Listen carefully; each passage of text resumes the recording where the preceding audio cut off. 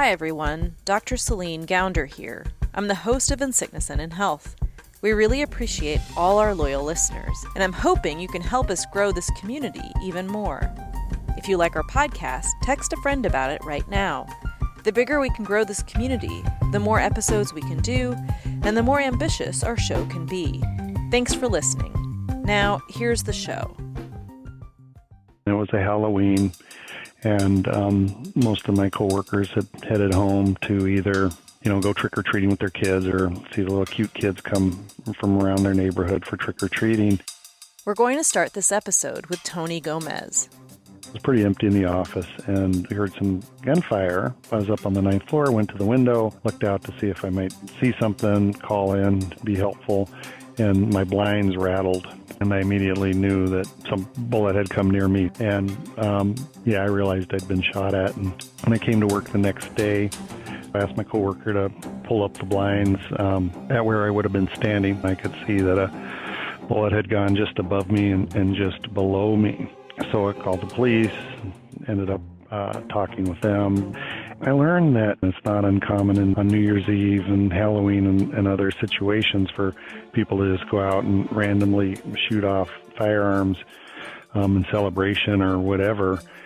I asked him, I said, are you going to come dig the bullets out, to run ballistics? And he goes, no, we got enough casings. We don't need to do that. So, I work with a bullet lodged in my floor that I think about every day, my close call. And then there's this whole trafficking system, firearms being stolen out of homes where firearms aren't safely stored is sadly too common.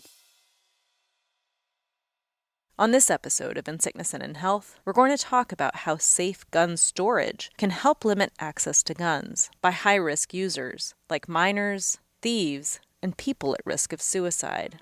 We'll speak with folks from the public health world and folks from the gun world about how they're working together to prevent suicides and accidental deaths, which make up over 60% of gun-related deaths in the U.S. each year.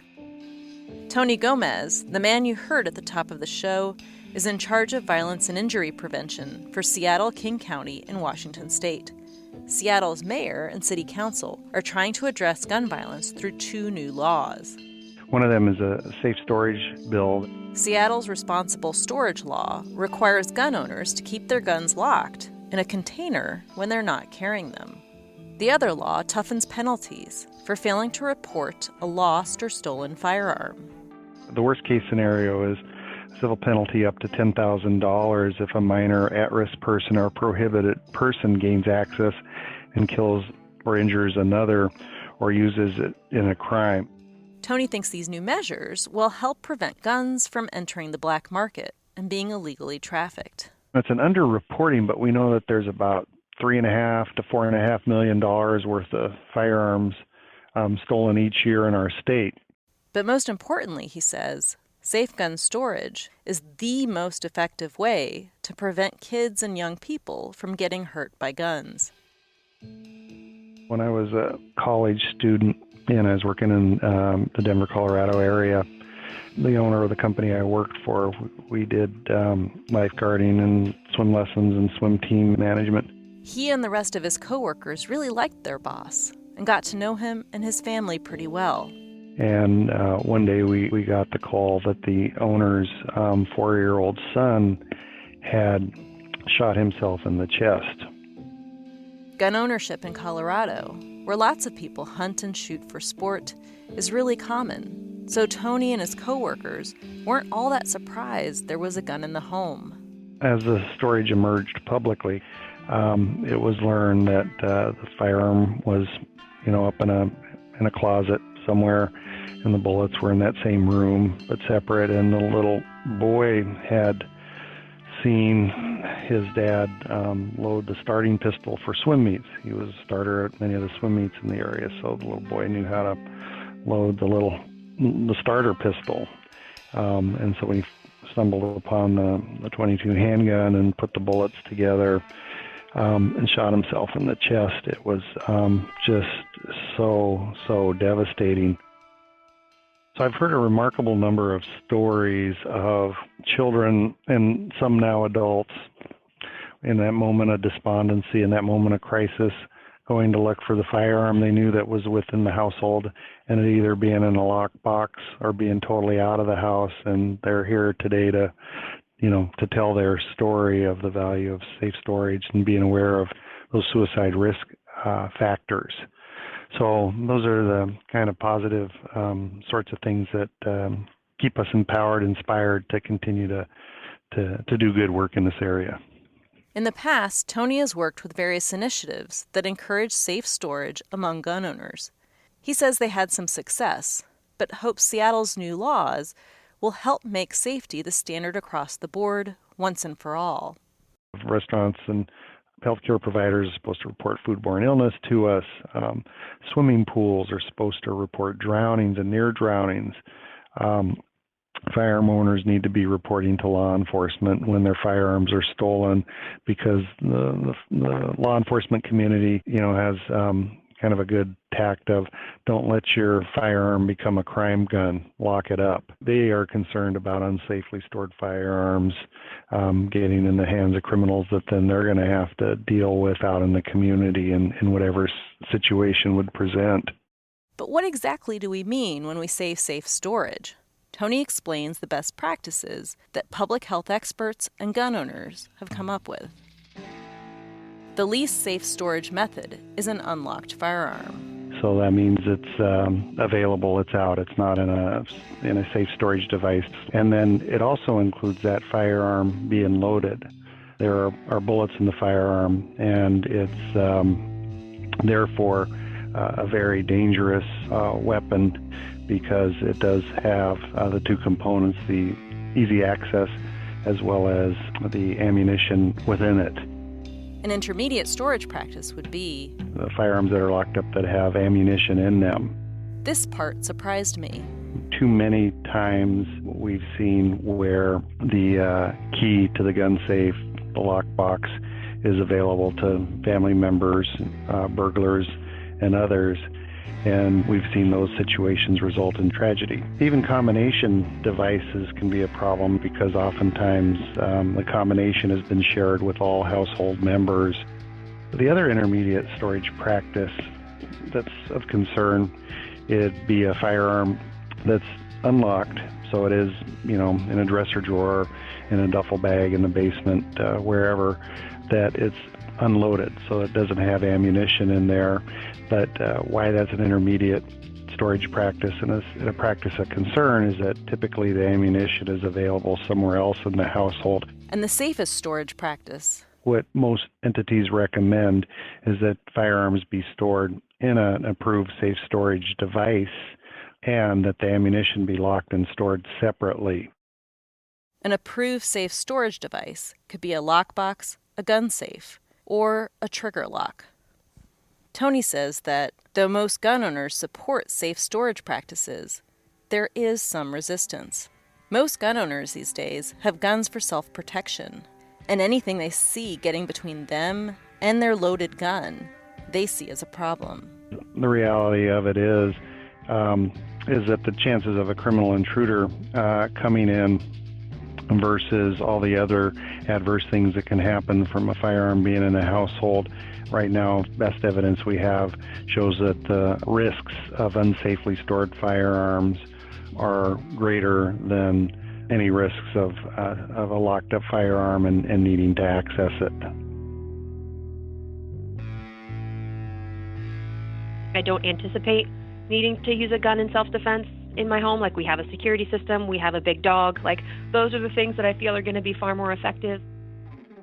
This is Cassandra Crifasi. I'm an assistant professor in the Center for Gun Policy and Research in the Department of Health Policy and Management at the Johns Hopkins Bloomberg School of Public Health. Cassandra grew up in Washington State, 20 minutes outside of Seattle. Her family was a gun-owning household. Her dad was a Vietnam vet. From a very young age, I knew that he owned firearms, and that they were a tool for hunting or for other things, not something sort of to be played around with otherwise. Cassandra went to Central Washington University for undergrad, where she did a lot of bird hunting. It was then that she started acquiring her own firearms. So I had a shotgun that I purchased at that point, And then as I got older, because of interest in sport shooting, acquired a rifle, a lever action .22 rifle, and a couple of handguns. You've heard from Cassandra before. I reached out to her not just because she studies gun violence, but also because she's a gun owner. And there's another reason I wanted to hear her take. And how old are your kids? So they're my stepkids. I have two of them. One just turned 12, Tony. He's a boy. And Caitlin turned 10 in October. Cassandra's a mom. She and her husband both own guns. For Cassandra and her husband, gun safety isn't just about what device they use to secure their guns, but about the lifestyle they've adopted. And how do you and your husband talk to your kids about having guns in the home, and what do you teach them about that? Yeah, so they know that we have guns in the home. They've been aware of that for as long as I have been around, and probably before then also. And we talk about guns as being tools, certainly not toys, not something to be touched or accessed when parents aren't around. But at the same time, we know that children are curious and inquisitive, and we're not going to leave it up to them to, be sure that they're not doing something they're not supposed to do, right? Like if kids never did what they weren't supposed to do, we'd let them make more decisions for themselves. So on that note, we keep all of our guns locked in a safe. The kids know where the safes are because, they're sort of part of the furniture in the house, but they don't know how to access them. And that's intentional because kids are curious and will get into things. What struck me about their setup is that Cassandra and her husband James have separate safes for their personal firearms, each with different keys and different codes, and they don't know each other's codes. They don't have access to one another's guns. What's the reasoning behind that?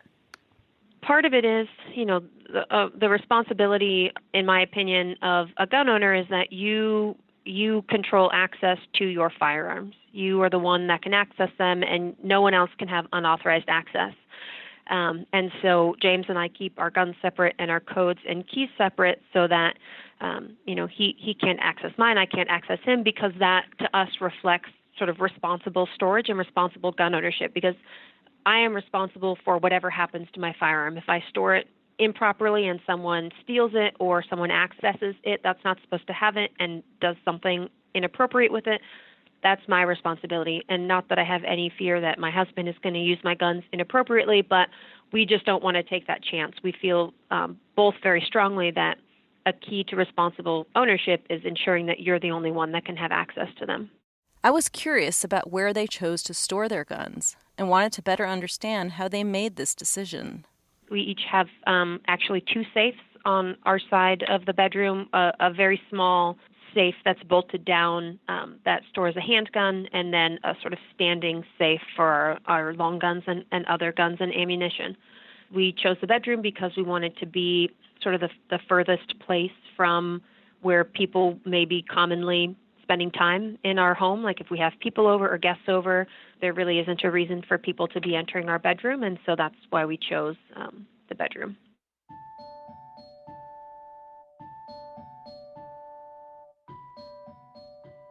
There's a tremendous need for more awareness about the importance of safe storage when it comes to keeping kids and teens safe.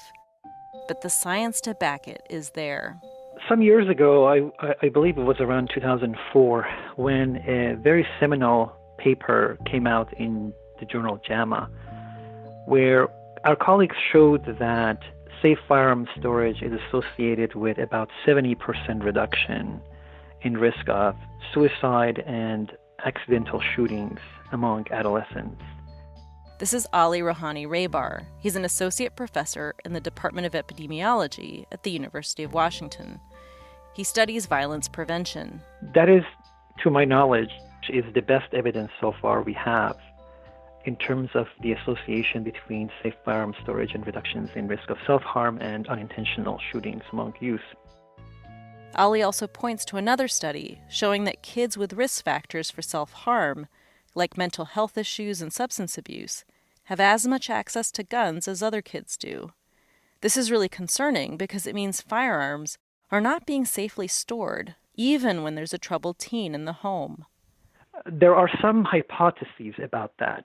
One is that the parents may simply not know that their teen may have actually access to the firearm. They simply may not know. One of the questions that we asked was exactly that, whether the teen could actually grab a gun and shoot it. And 40% of teens said they can. I think some parents may be surprised to hear that statistics.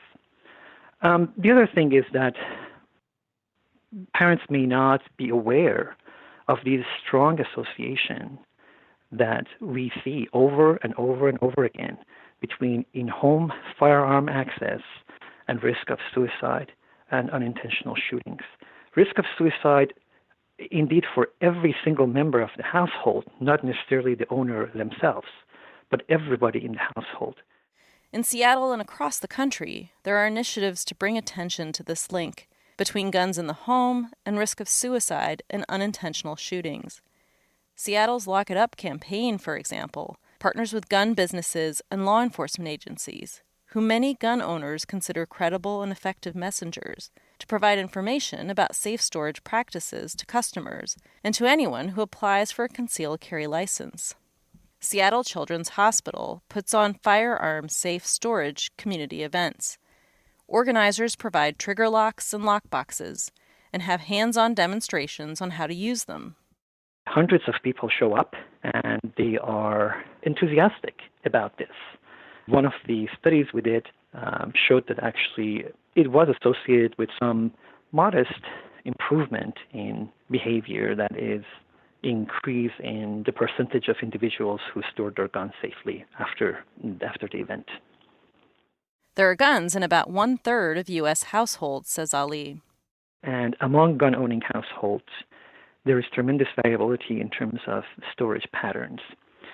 I think at the national level, you find about 1/3 of those gun-owning households, somewhere around that range, to store their guns completely safely. Ali says that while about 60% of gun owners have had some sort of formal firearms training, the stakes are high for everyone involved, not just the gun owners themselves. The proportion of individuals who live in a gun-owning household but themselves are not owners of a gun, who have received formal firearm training, is very small. It's about 14%. Because of the strong association between presence of a gun in a home and risk of suicide for every member of the household, it's really important to focus on not only the owner themselves, but also other members of the family. As we talked about last episode, only a small fraction of gun owners who take formal firearms training receive education about suicide prevention. And on top of that, most living in a home where there's a gun have gotten no training on firearms, on safety or suicide prevention at all.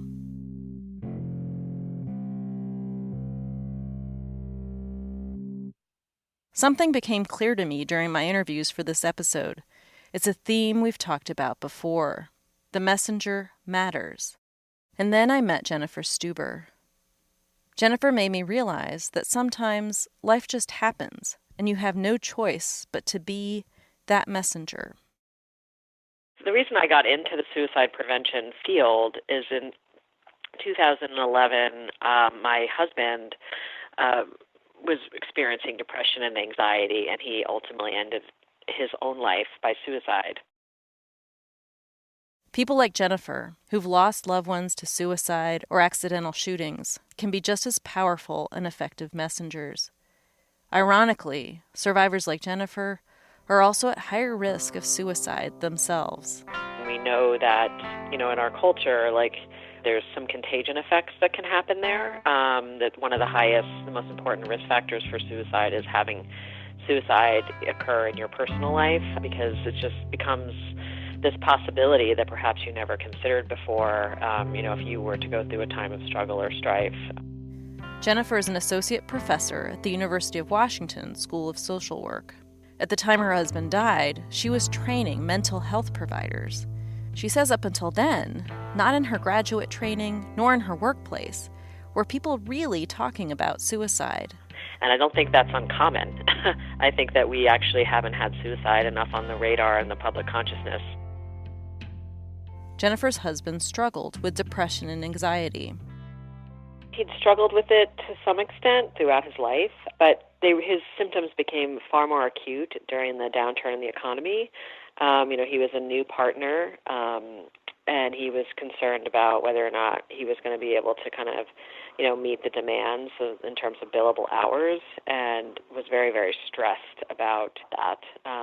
When he realized that his anxiety was, causing him incredible difficulties with his ability to concentrate and sleep, he took a leave from his job, and then he felt so much stigma, even though it's really mainly in his head. I remember him saying to me, who wants a lawyer with a broken brain?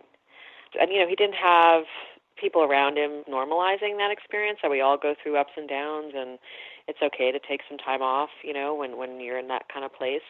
Jennifer says her husband started to feel very disconnected from his job, which he once loved, and from his identity as a lawyer. She says the medications he was on weren't helping him. I think he felt hopeless and that he was a burden, which is, obviously couldn't have been furthest from the truth. But suicidal people, they're in such deep pain, they're not thinking rationally. I think he felt like he had no other way out than to end his life. The experience of Jennifer's husband is becoming more and more common. In the United States, suicide is on the rise. We have, I think a disconnection phenomenon happening in our culture. One of the things that we know that is protective against suicide is people feeling connected to community, people feeling like they have people they can turn to, people feeling like they have meaning and purpose. The nature of family, friendships, and community have changed drastically over just a couple generations. These changes in lifestyle, says Jennifer, have undermined our ability to have meaningful connections with others. Well, I think we've got some really complex cultural factors that are at play that are going to be difficult to reverse. Jennifer believes that her husband died in part because the people in his life, she herself, and his healthcare providers weren't aware enough about suicide risk and prevention. I don't, hold any anger about this at this point, but, he did not get the proper care, and that's because people didn't have the proper training, and I view that as a systems issue. I also didn't have the proper training. I didn't know what to do as his spouse, and so, I could have behaved better. The people providing treatment for him could have behaved better and been more supportive, but no one really understood what was going on. So that's just really become my life's work.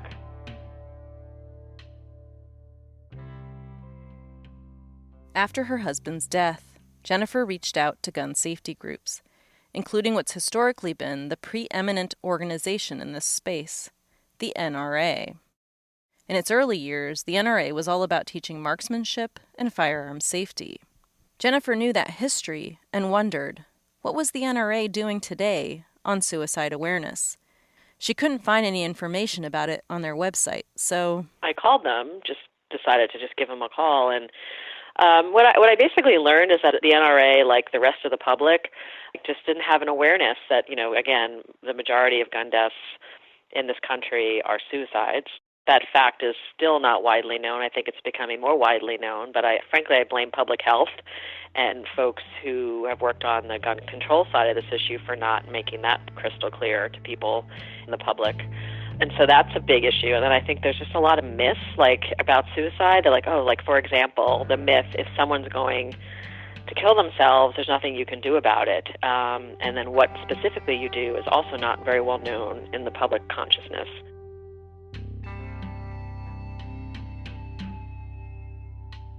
Jennifer says that for a long time, the suicide prevention researchers were focused on why people die by suicide. Risk factors like mental illness or substance abuse. More recent research has shown that it's at least as important to understand how people die, the means, the tools they use. What we know, for example, is that roughly 70% of all suicides, the very commonly available, commonly owned, used means of firearms and medications are used. So it's really important that those who are prescribing, selling, distributing those means are also disseminating an important safety message around suicide prevention.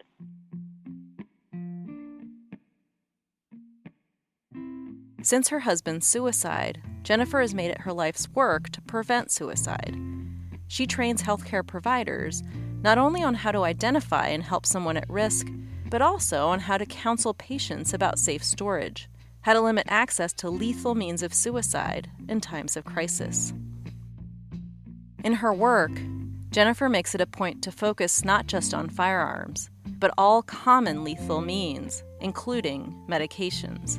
She talks about gun safes and lockboxes, and about locking up medications and safe drug disposal sites. Not just about firearms, it's about a safer home.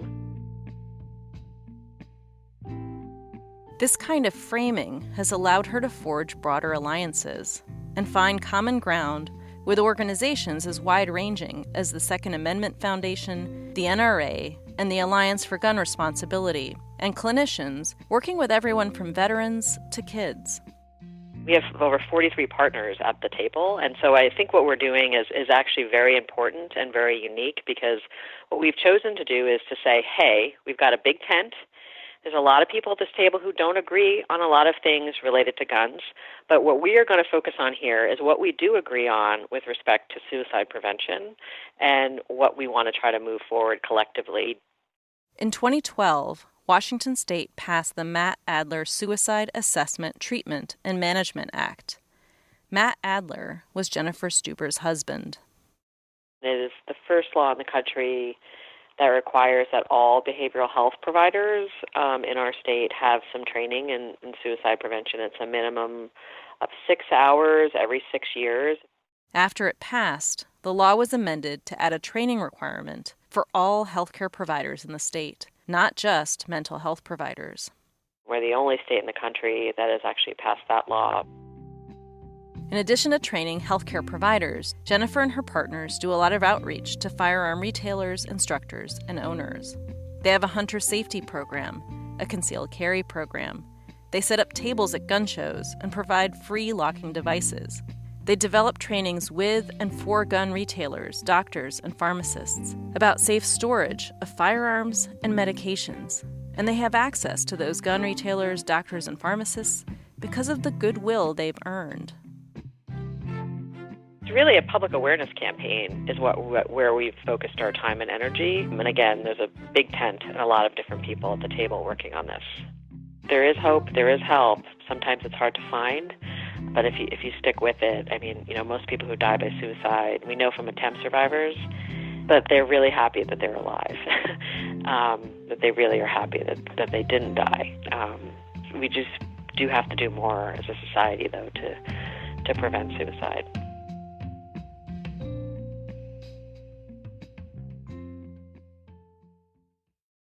If someone you know is in crisis or thinking of hurting themselves, do not leave them alone.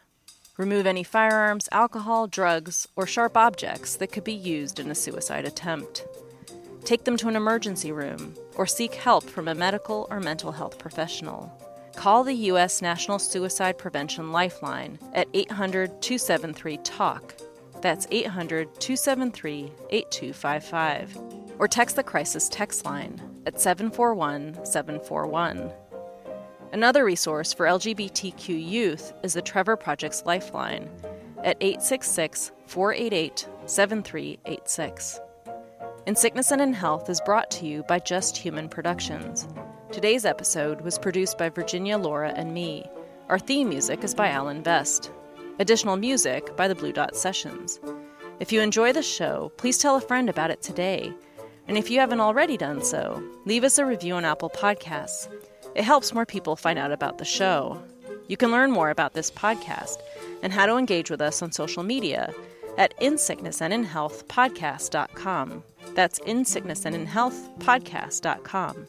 I'm Dr. Céline Gounder. This is In Sickness and in Health.